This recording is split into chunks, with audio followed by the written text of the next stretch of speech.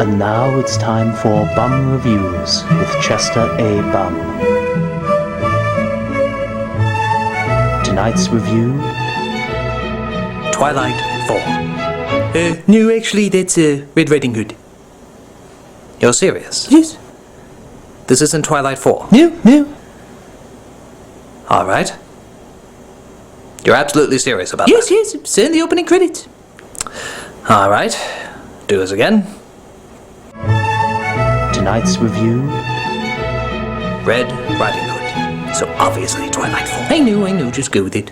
Oh my god, this is the greatest movie I've ever seen in my life! I'm on my way to grandmother's. Spoilers! There's this girl named Red Riding Hood. Actually, she's called something else, But you won't call her that! And she's in love with this boy who looks like Edward? Because it is Edward. It's so obviously it Edward. isn't. This is No, it Twilight. isn't. We're watching Will you Twilight, stop for it? God's sake. I'm professional. And it turns out their town is under attack by a werewolf! Because it's so obviously Twilight. Sorry.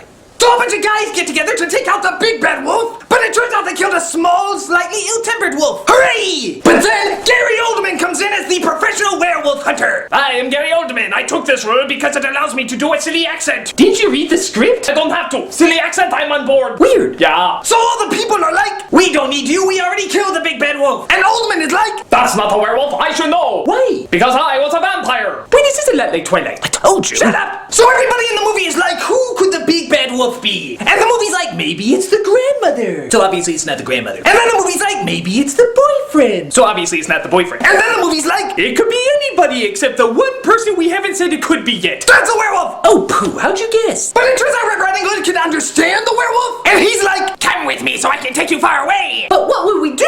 You'll pose on the mountains like the cover of a romance novel. You'll stare curiously at nothing. And you'll wear a red cloak that's 10 sizes too large and you'll probably get caught on everything. Well, will you take me to Jacob? No!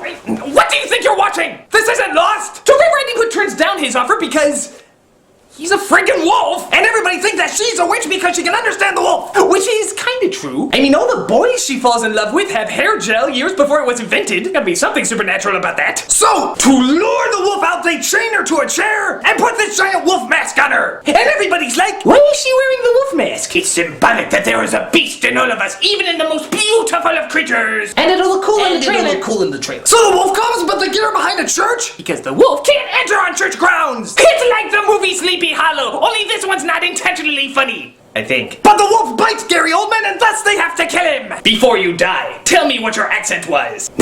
Okay.